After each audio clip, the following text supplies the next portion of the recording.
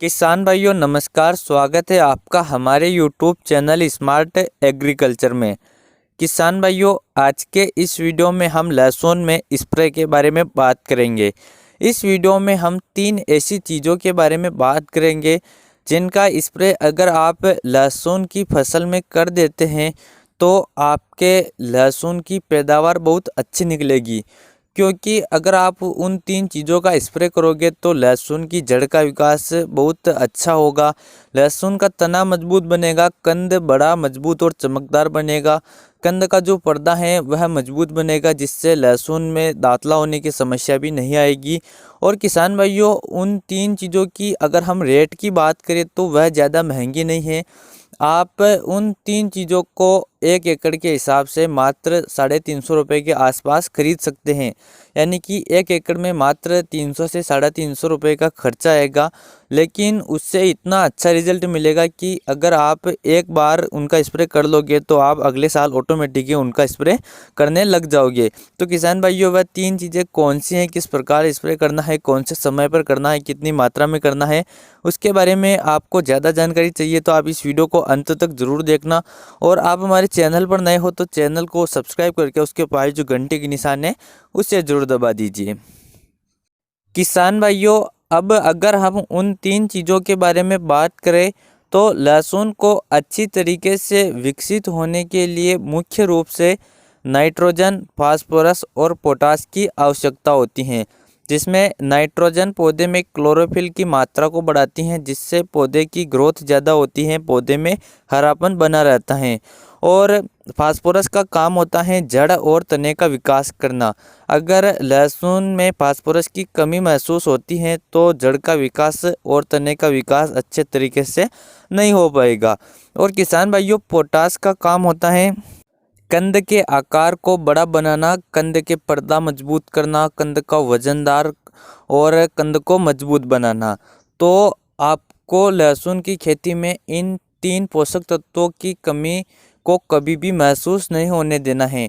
आपको इन 3 पोषक तत्वों पर बहुत ज़्यादा ध्यान देने की आवश्यकता है। तो आपको क्या करना है, इस वीडियो में जो मैं आपको 3 चीज़ें बताऊंगा वह 3 चीज़ें इन्हीं खाद के बारे में हैं। वैसे तो किसान भाई बुआई के समय नाइट्रोजन, फास्फोरस और पोटास के लिए NPK 12-32-16 या फिर DAP जैसे खादों का प्रयोग करते हैं। लेकिन किसान भाइयों अब हम बात करें अगर तो NPK में मात्र 12% नाइट्रोजन मिलती है और 16% उसमें पोटास और 32% फास्फोरस मिलता है, जो पौधे के उचित विकास के लिए कम है। तो आपको क्या करना चाहिए कि जब पौधा मतलब अंकुरित होने के बाद पौधे में अलग अलग स्टेज पर आपको अलग अलग NPK के घुलनशील खादों का स्प्रे करना चाहिए।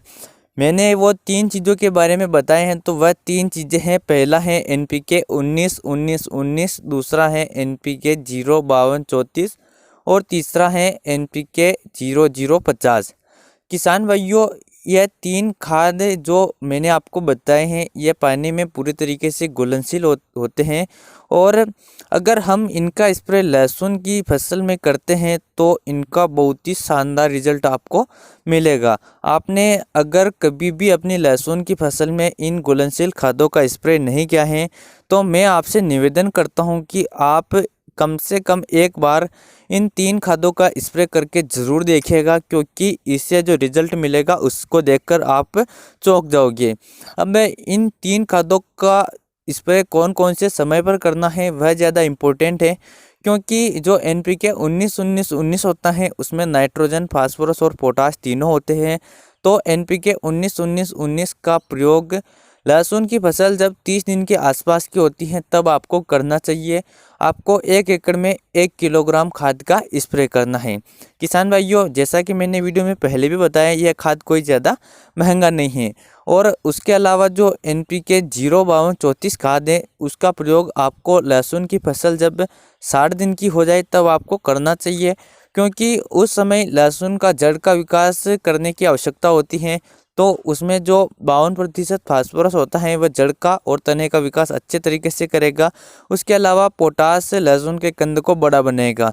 और किसान भाइयों जब फसल 80 से 90 दिन के बीच की होती है तब आपको लहसुन की फसल में NPK 0050 का प्रयोग करना चाहिए, क्योंकि उस टाइम पर पौधे को सिर्फ पोटास की आवश्यकता होती है। आप उस समय पर 0050 का स्प्रे करोगे तो लहसुन का कंद बड़ा मजबूत और चमकदार बनेगा और आपको बहुत अच्छा रिजल्ट मिलेगा। किसान भाइयों, इन तीनों खाद जो आपको प्रयोग करना है, इनकी मात्रा आपको 1 एकड़ में सिर्फ 1 किलोग्राम रखनी है। अगर इनकी मार्केट प्राइस की बात करें तो 100 रुपये प्रति किलो के आसपास ही आपको मार्केट में मिल जाएगी।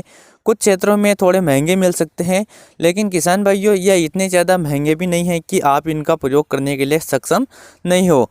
तो किसान भाइयों, आप एक बार इन तीनों खादों का स्प्रे करके ज़रूर देखिएगा, आपको बहुत अच्छा रिजल्ट मिलेगा।